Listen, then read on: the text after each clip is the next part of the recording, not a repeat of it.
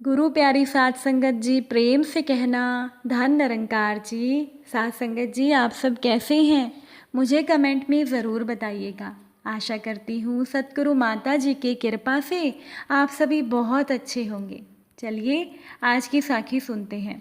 साध संगत जी, सरोज की पड़ोसन सुबह सुबह उनके घर पर चीनी लेने आई और सरोज को काम करता हुआ देखकर कहने लगी कि अरे सरोज, तेरी बहू अभी तक सो रही है और तू रसोई में नाश्ता बना रही है।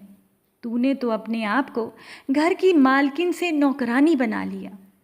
साथ संगत जी, पड़ोसन के जाने के बाद सरोज फिर से अपने काम में लग गई, पर मन में कहीं ना कहीं पड़ोसन की बात खटकने लगी। सरोज सोचने लगी कि पिछले 30 साल से वो यही तो कर रही है। सुबह का नाश्ता, दोपहर को क्या बनना है, बाजार से क्या लाना है, बच्चों को क्या पसंद है, इसी में सारा दिन निकल जाता है। घर के बाकी कामों के लिए तो बाई आती ही है, बस बच्चों को अपने हाथ का खाना खिलाने का मज़ा ही कुछ और है। इतने में सोच में डूबी सरोज के हाथ से प्लेट गिर गई तो सरोज के पति अशोक ने रसोई में आकर कहा कि सरोज ध्यान से, बच्चे सो रहे हैं। सरोज ने प्लेट उठाकर ऊपर रख दी और कहने लगी कि हाँ हाँ, गलती से गिर गई। आज से पहले भी छुट्टी वाले दिन सुबह नाश्ता बनाते हुए कभी कोई बर्तन गिरता तो सरोज के पति अशोक यही कहते कि बच्चे सो रहे हैं। बस फ़र्क इतना था कि तब सरोज का बेटा और बेटी सो रहे होते थे और आज उसका बेटा और बहू। आज रविवार था, इसीलिए बच्चे इतनी देर तक सो रहे हैं, वरना रोज तो सरोज का बेटा और बहू 8 बजे तक ऑफिस के लिए निकल जाते हैं। सरोज के पति अशोक ने रसोई में आकर पूछा कि तुम इतनी सुबह सुबह रसोई में क्या कर रही हो? सरोज ने कहा कि कुछ नहीं, आज रविवार है, बेटे अमन और बहू शिखा की छुट्टी है, तो सोचा कुछ अच्छा सा नाश्ता बना दूं, बस उसी की तैयारी में लगी हूँ।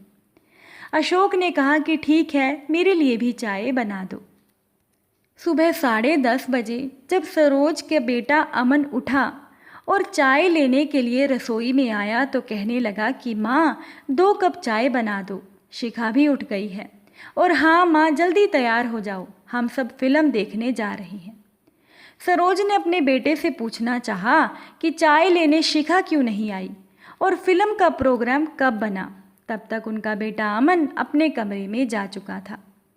अशोक अपने बेटे की बात सुनकर कहने लगा कि ठीक है, अगर फिल्म का प्रोग्राम बना है, आज छुट्टी का दिन है, अच्छा इस्तेमाल हो जाएगा।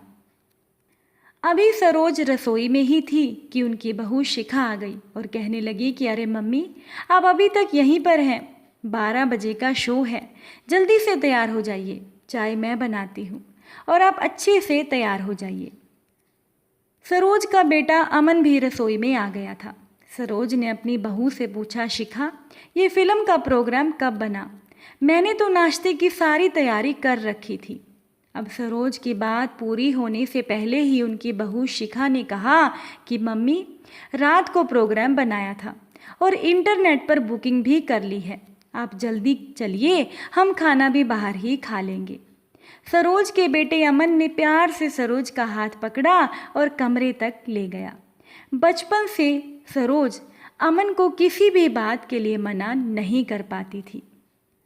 यहाँ तक कि जब अमन ने शिखा को पसंद किया, तब भी सरोज की मर्जी ना होते हुए उसने अपने बेटे अमन की शादी के लिए हाँ कर दी ताकि अमन खुश रहे। अमन जितना बातूनी था, शिखा उतनी ही शांत थी।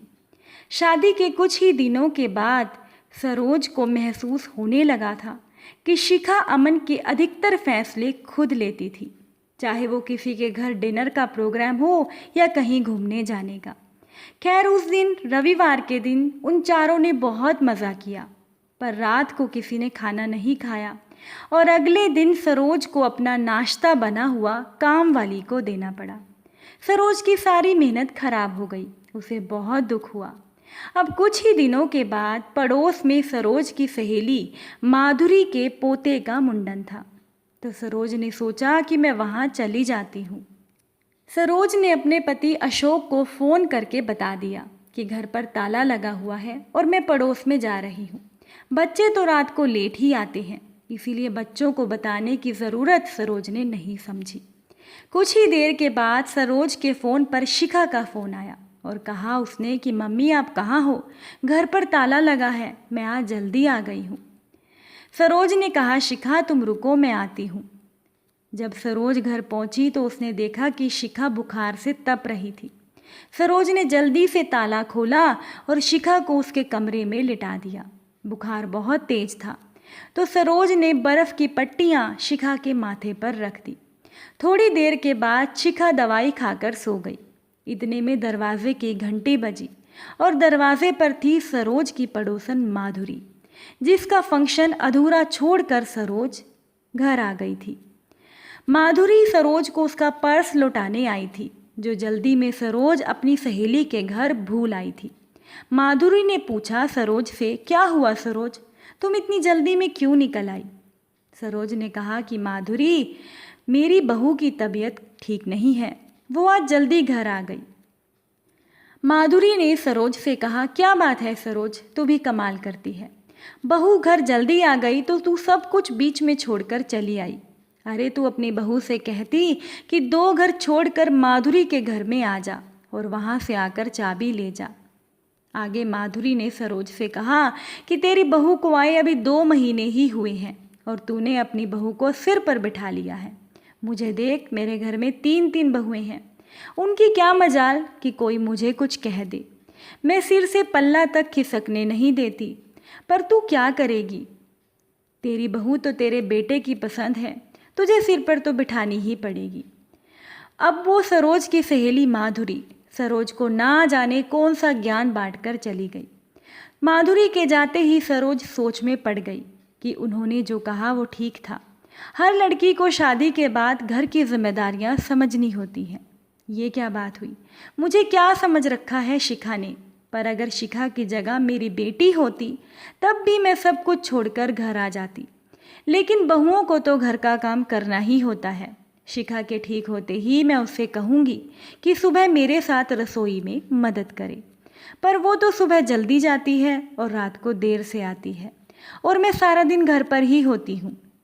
मैं शिखा की मदद के बिना भी काम आराम से कर लेती हूँ, फिर मैं उसे क्यों परेशान करूँ?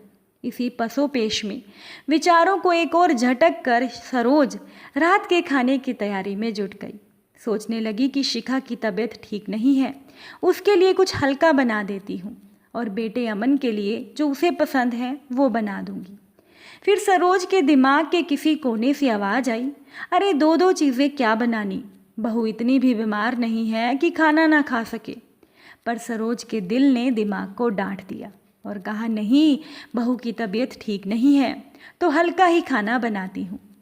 रात को अमन शिखा के लिए खाना कमरे में ही ले गया। सरोज को लगा कि कहीं शिखा की तबीयत ज़्यादा खराब ना हो जाए, इसीलिए सरोज भी पीछे पीछे अपने बेटे के कमरे में चली गई तो देखा कि उसकी बहू सोई हुई थी और खाना एक और रखा था और उसका बेटा अमन अपना कुछ काम कर रहा था। सरोज ने अपने बेटे से पूछा कि क्या हुआ अमन, शिखा ने खाना नहीं खाया? अमन ने कहा कि नहीं मम्मी, उसे नींद आ रही थी, मैं कुछ देर में खाना रखने आ ही रहा था, आप आ गई हो तो प्लीज़ खाने को रसोई में ले जाओ। और बेटा अमन फिर से अपना काम करने लगा। सरोज को ये देखकर बहुत गुस्सा आया कि एक तो मैं बहू को उसकी बीमारी में देखने आई हूँ और मैंने अलग से खाना भी बनाया, पर बहू शिखा तो बिना खाए ही सो गई। मेरी सहेली माधुरी ठीक ही कहती थी, मैंने अपनी बहू को ज़्यादा ही सिर पर बिठा रखा है। अगर मैं ऐसी तरह करती रहूँगी तो मेरी कदर इस घर में कम हो जाएगी। अब अगले दिन सरोज रसोई में थी कि तभी उनकी बहू शिखा तैयार होकर ऑफिस के लिए निकलने लगी और कहने लगी कि मम्मी, मैं ऑफिस जा रही हूँ। सरोज ने कहा कि शिखा, तुम्हारी तो तबीयत ठीक नहीं है, फिर तुम ऑफिस क्यों जा रही हो? शिखा ने कहा कि मम्मी, मेरी बहुत ज़रूरी मीटिंग है, मैं टाल नहीं सकती। कल भी मैं जल्दी आ गई थी तो मेरा काम अधूरा है।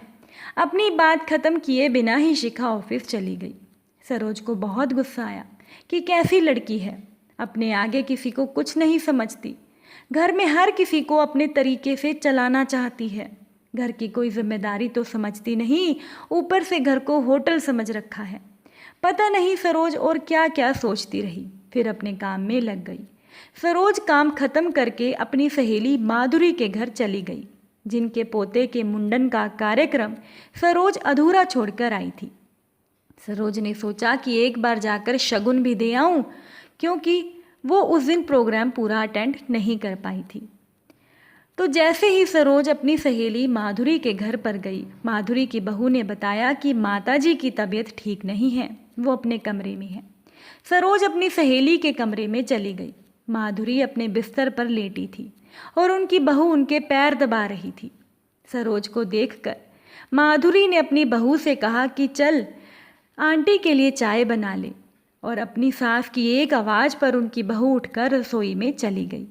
सरोज ने माधुरी से पूछा कि दीदी क्या हुआ, आपकी तबीयत खराब है क्या? माधुरी ने कहा कि अरे नहीं, कल की थकान है, बस ये समझ ले कि आज मेरा आराम करने का मन है। माधुरी मुस्कुराते हुए बोली और सरोज से पूछने लगी कि तेरी बहू की तबीयत कैसी है? सरोज ने कहा कि ठीक है, वो ऑफिस गई है। माधुरी ने कहा कि क्या ऑफिस गई है? कल तक तो तेरी बहू इतनी बीमार थी कि 2 घर छोड़कर चाबी तक लेने नहीं आ पाई। अपनी सास को उसने भगाया और आज ऑफिस चली गई। माधुरी ने सरोज से कहा कि सब तेरी गलती है सरोज, तूने अपनी बहू को बहुत ढील दे रखी है। मुझे देख, मेरी बहुओं को मजाल है कि आवाज़ निकल जाए इनकी मेरे सामने। इतने में माधुरी की छोटी बहू चाय पकौड़े रख गई। माधुरी ने सरोज से आगे बात की कि देख सरोज, मैंने दुनिया देखी है, इन बहुओं को सिर पर बिठाएगी तो एक दिन पछताएगी। तेरी बहू तेरे बेटे को तुझसे अलग कर देगी। तब से माधुरी बोली जा रही थी और सरोज श्रोता बनकर उनकी बातें सुनती जा रही थी। सरोज का सर दर्द से फटने लगा था और माधुरी बोली जा रही थी और कहने लगी, सरोज मेरी बहन भी तेरी तरह सीधी है, आज देख उसको, बहुओं ने पूरा घर अपने हाथ में ले लिया। अब सरोज ने चाय पीनी शुरू कर दी। सरोज को कुछ अजीब सा लगने लगा, उसका सर भारी हो गया। जैसे ही सरोज ने चाय का कप उठाया, वो चाय छलक कर सरोज के कपड़ों पर गिर गई। माधुरी ने सरोज से कहा कि आराम से, जल्दी से अपने कपड़ों को पानी से धो ले, वरना निशान पड़ जाएगा और दाग नहीं जाएगा। सरोज माधुरी के कहने पर खुद को संभाल कर बाथरूम की ओर चल पड़ी। बाथरूम की दीवार रसोई के एकदम साथ थी। बाथरूम में खड़े हुए सरोज को रसोई में काम कर रही माधुरी की बहुओं की आवाज़ें साफ साफ सुनाई दे रही थी, जो आपस में बात कर रही थी कि देखो इस बुढ़िया को, सारा वक्त पसर कर बैठी थी, फिर भी थक गई। ये आवाज़ माधुरी की छोटी बहू की थी। फिर दूसरी बहू कहने लगी कि और नहीं तो क्या, पता नहीं ये बुढ़िया हमारा पीछा कब छोड़ेगी, पूरे घर पर कब्जा करके बैठी है, जल्दी से मरे और बंटवारा करे। सारी बहुएं मिलकर आपस में कहने लगी कि ये बुढ़िया मरेगी तभी हम चैन से जी पाएंगे, हम तो खुलकर इस घर में सांस भी नहीं ले सकते। इतने में आपस में सभी कहने लगी कि धीरे बोलो, अगर इस बुढ़िया ने सुन लिया तो हमारी हालत खराब कर देगी। और सभी बहुएं दबी आवाज़ में हंसने लगी। अब उन बहुओं की बात सुनकर सरोज को एक धक्का सा लगा कि ये कैसी सोच थी उन बहुओं की अपनी सास के लिए। फिर सरोज ने सोचा कि सब ठीक ही तो था।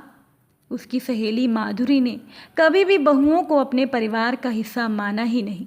अब सरोज ने सोचा कि मैं भी तो यही करने की सोच रही थी, घर पर अपना ऐसा भी क्या कब्जा करके रखना कि सामने वाला तुम्हारे मरने का इंतज़ार करता रहे। सरोज ने सोचा कि अगर मैं अपनी पड़ोसन माधुरी की बातों में आकर अपनी बहू शिखा को बंधन में रखने की कोशिश करती तो मेरे घर की शांति ही खत्म हो जाती और कहीं शिखा भी तो मेरे लिए ऐसा ही ना सोचने लगती। तब सरोज के मन ने कहा कि नहीं, बिल्कुल नहीं, शिखा बहुत समझदार है। इतने में माधुरी की आवाज़ आई, सरोज की पड़ोसन की आवाज़ आई कि क्या हुआ सरोज, दाग गया या नहीं। अब बाहर से माधुरी की आवाज़ ने सरोज को विचारों से बाहर निकाल दिया और सरोज ने बाथरूम से बाहर आकर कहा कि हाँ दीदी, सारे दाग निकल गए, साड़ी के दाग भी और मन के दाग भी। अब घर पर आकर सरोज ने तुरंत आकर शिखा को फ़ोन किया, उसका हालचाल पूछा और उससे जल्दी घर आकर आराम करने को कहा। और फिर रसोई में सरोज चली गई रात का खाना बनाने। आज शिखा के लिए अलग से खाना बनाते हुए सरोज ने एक बार भी नहीं सोचा। उसे ऐसा लगा मानो वो अपनी बेटी की बीमारी से परेशान एक माँ उसके ऑफिस से घर आने का इंतज़ार कर रही हो, ताकि उसकी बेटी घर आकर आराम कर सके। साथ संगत जी, अगर हर घर में बहू को एक बेटी की तरह समझा जाएगा तो निश्चित रूप से हर घर स्वर्ग बन जाएगा। और हमारे सतगुरु माता जी भी यही कहते हैं कि हर एक चीज़ की शुरुआत घर से ही होती है। अगर हम सत्संग घर में जाकर सेवा करते हैं, वहाँ पर हम सभी की सेवा करते हैं। हमें कोई भी काम दिया जाए तो हम पूरा मन लगाकर लगन से करते हैं। लेकिन अगर घर में हमारी ज़रूरत हमारे घर के किसी सदस्य को है तो हम उसकी मदद करने में हिचकिचाते क्यों हैं?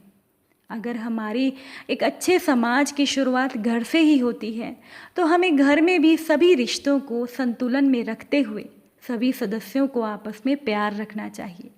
अगर घर में बहू को बेटी का दर्जा दिया जाएगा तो निश्चित रूप से इस संसार में वृद्धाश्रम खुलने की नौबत नहीं आएगी। वृद्धाश्रम में बुजुर्गों को भेजने की काम बेटों से ज़्यादा बहुओं का होता है। लेकिन अगर बहुओं को बेटियों की तरह प्यार मिलेगा तो निश्चित रूप से बेटियां भी हर घर में जाकर बहू बनकर अपने सास ससुर को अपने माता पिता की तरह ही समझेंगी। बस ज़रूरत है पहल करने की, और पहल बड़ों को ही करनी होती है। साथ संगत जी, अगर किसी घर में माता पिता अपनी बहू को बेटी की तरह प्यार देंगे तो निश्चित रूप से बेटी का मन भी नहीं करेगा अपने सास ससुर के खिलाफ कोई गलत सोच रखने का।